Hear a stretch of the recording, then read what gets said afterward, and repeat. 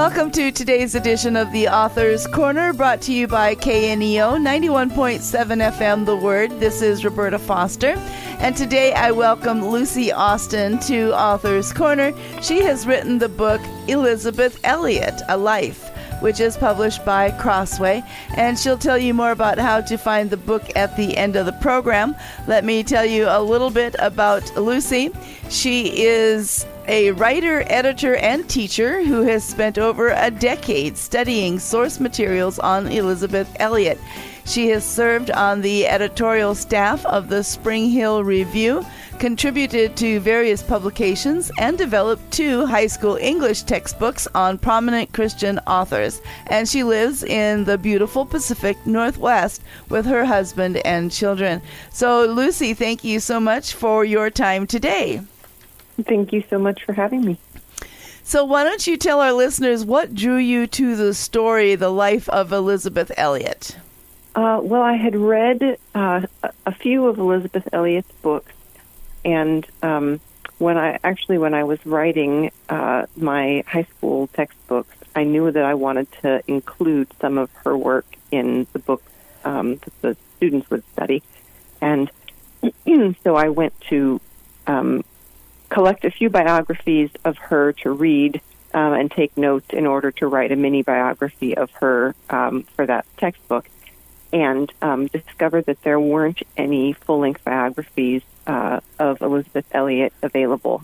There weren't any in existence. So when I finished that project, which I had to kind of go directly to source material in order to write about her life, I was just very intrigued by what I had found, and so this book kind of came out of that intersection of my growing interest in her life and also the lack of a full-length biography of her.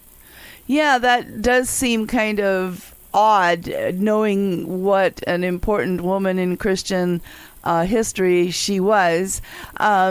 So I understand, though, that there were lots of documents that you had to spend time reading and reviewing in order to write the biography.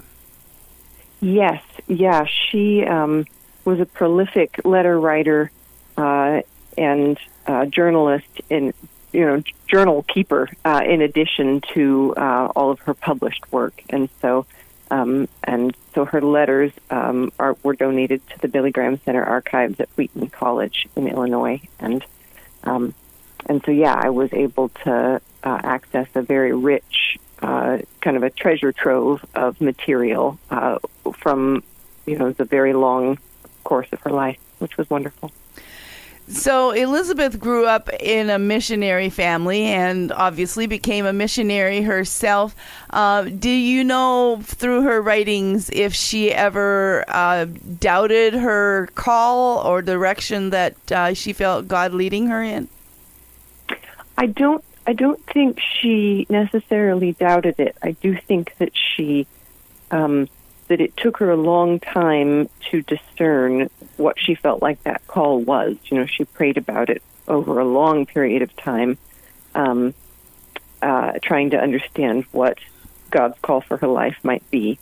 And then also, I think that she felt that her highest calling was always to follow Jesus, even beyond her calling to be a missionary. Mm-hmm. And so eventually, she also, discerned a call to stop being a missionary and to pursue a career as a writer instead.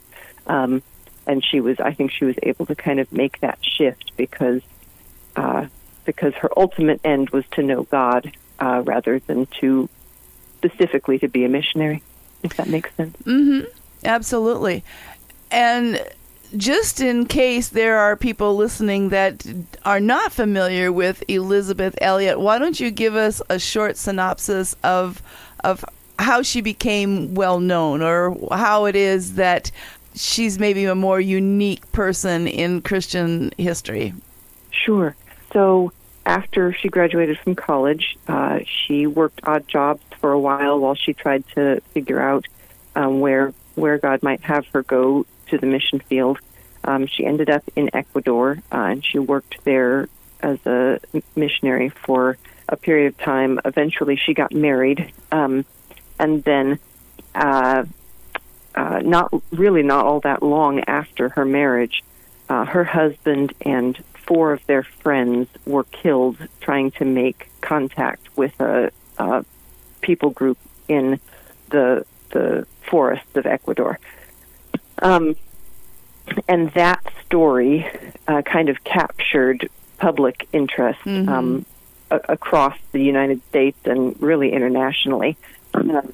At one point, I think about 75% of American adults had read the Life magazine account of those events. And so that kind of catapulted her into the public eye. And then a couple of years after that, an opportunity arose for her to go and live with that people group. And so, again, I think that really captured public interest, that she was living with the people who had killed her husband. And so that kind of, those 2 parts of her story are kind of what brought her to public attention. And then when she wrote a book about her husband's death, and she wrote a book about her life with the Waorani, and then her writing career flowed from that, and her speaking career flowed from that. So. Well, we're going to learn more about the life of Elisabeth Elliot in just a moment. Let me remind you that I'm talking with Lucy Austen regarding her book, Elisabeth Elliot, A Life, which is published by Crossway. And you're listening to Author's Corner, and I'm Roberta Foster. So as you were doing the research and preparing to put this biography together, did you come across anything that was rather surprising to you as you learned about her entire life? I don't know that there was anything, totally shocking or stunning, but really very little was known about her life after she left Ecuador. She was a pretty private person in a lot of ways, and so there just wasn't a lot of public information. And so everything that I learned as I read it to some extent was kind of new and interesting. And she just led she lived over 80 years, and she led a very interesting life. So. Well, one of the accomplishments of Elisabeth Elliot was actually in regard to the translation of scripture into the language of the people she was ministering to. Did she have Bible translation skills before going to Ecuador?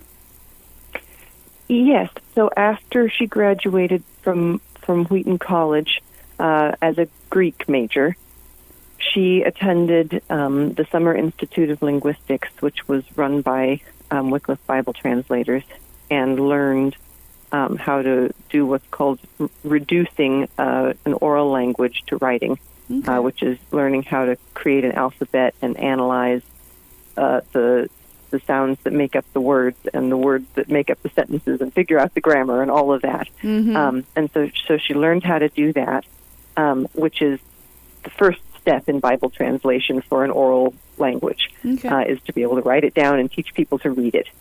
And so then once she was in Ecuador, she actually worked in, first she had to learn to speak Spanish, and then she worked in 3 separate, all quite different indigenous languages during her time there, working on reducing them to writing in preparation for translation. And with one of the languages, with the Quechua language, she actually did translate several books of the Bible.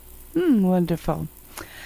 So evangelism is obviously something that was on the heart of Elisabeth Elliot, or maybe not calling it that way specifically, but getting the gospel out to people that didn't have an opportunity to hear it in a common way, such as we do in the United States. So how can reading the book about the life of Elisabeth Elliot encourage people to be bold in sharing our faith with others? One of the things that encouraged me was discovering that Elisabeth Elliot really had a hard time with kind of what we classically call personal evangelism. It was unpleasant for her. It was awkward and uncomfortable. She really had to nerve herself up to try to do it, and she never really felt like she did it very well. And so she did, at various points in her life, starting in college, she did intentionally put herself in situations where she was trying to do that. But also a lot of what ended up being what people might call her ministry really was kind of relying on the strengths of her gifts to share what God was doing in her own life, rather than trying to go, knock on doors and hand out tracts and cold call people, so to speak. Right. And so I think that can be very encouraging to think that in the way that God has made each of us, we can use our own gifts and strengths and talents just to share what God is doing in our own lives, rather than having to try to squeeze ourselves into a mold of what we think evangelism ought to look like. Amen. That's great. Great way to say that.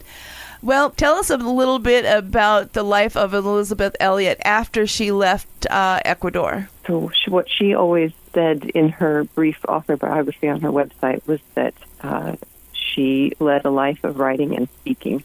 And in a lot of ways, that is what she did. Her schedule was very full. She traveled nationally and internationally to speak.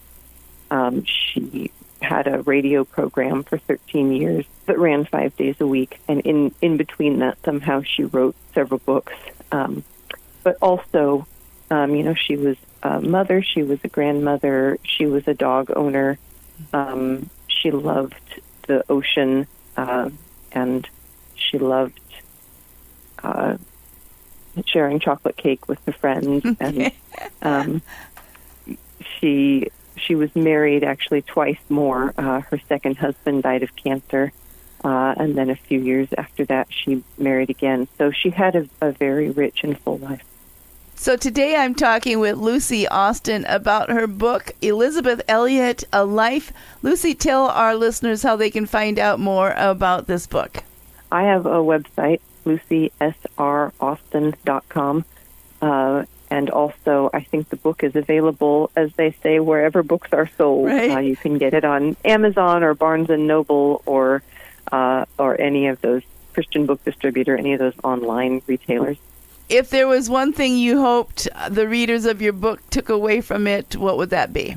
I think that Elisabeth Elliot's tagline from her radio program, "You are loved with an everlasting love, and underneath are the everlasting arms." And through all the ups and downs of her life, God was the constant, and His love was the constant that was the foundation that let her keep going. And I think that's a good foundation for all of us. Okay. So one more time, the book today is Elisabeth Elliot, A Life, and we've been talking with Lucy Austen, and we certainly thank Crossway for giving us a copy of the book to talk about. Lucy, thank you so much for sharing what you've been through in writing this book, and wonderful opportunity to have the entire life of Elisabeth Elliot in one location. So thank you so much for your time. Thank you very much for your interest in the book. And to our listeners, thank you for tuning in. This is Roberta Foster on the Author's Corner. And let me remind you that if you missed any part of today's interview or would just like to hear it again, you can find it on Apple Podcasts, Spotify, or wherever you get your podcasts. Be sure to join us again next time on Author's Corner. For 60 years, Crater College has been empowering students to soar to new heights. From agriculture to education, to business, sports, and the newest technologies, Crater always has something interesting going on. I'm Adam Winkler of KNEO Radio. Join me each week as I talk to a different person from Crater College about what's been happening and what's coming up next. It's the Insider's Guide to all things Crater. Subscribe today to the This Week in Crater College podcast, available from the Sky High Podcast Network.